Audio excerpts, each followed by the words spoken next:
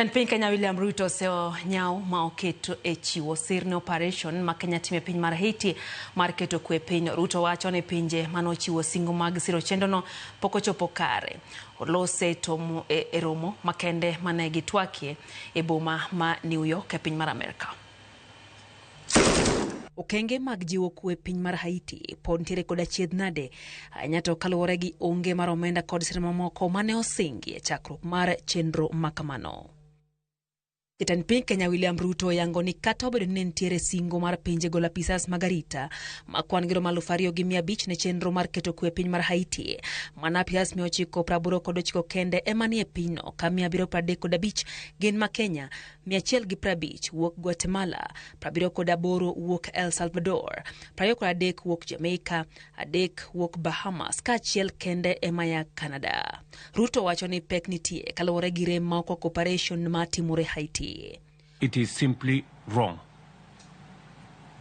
that we cannot marshal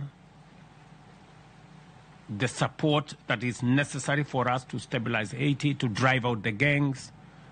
The gangs, in my very honest opinion, are cowards. Operation mar keto kwe e piny mar Haiti osebedo kadhi nyime kuom dweche maromo 15 kanyaka sani report yango ni kwe osechako duogo. Bende kuonde mayande oseteki gi jonjore kaka kar jot ma jatend pinyno, paw ndege kod log tich mar obila sani yangore ni oseduok e lwet sirikal. Ruto kata kamano wacho ni nitie kwede kaka ichiwo sir e operation no. The people of Haiti may be people of African descent,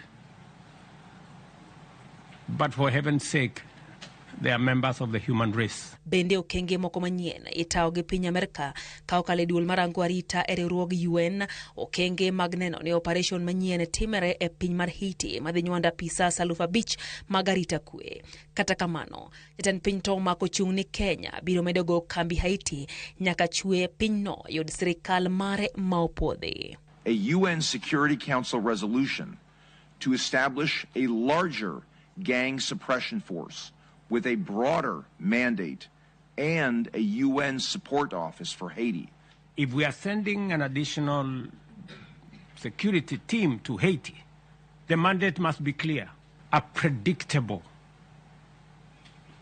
resource package.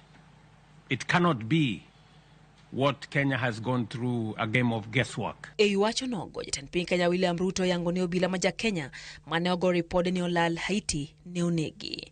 Opuoyo jo Kenya 3 ma oyango ni osewito ngimagi e kinde keto kwe e piny mar Haiti. Ruto olose boma ma New York e piny mar Amerika kama gitwak romo mar lalruok ewi arita ma Haiti.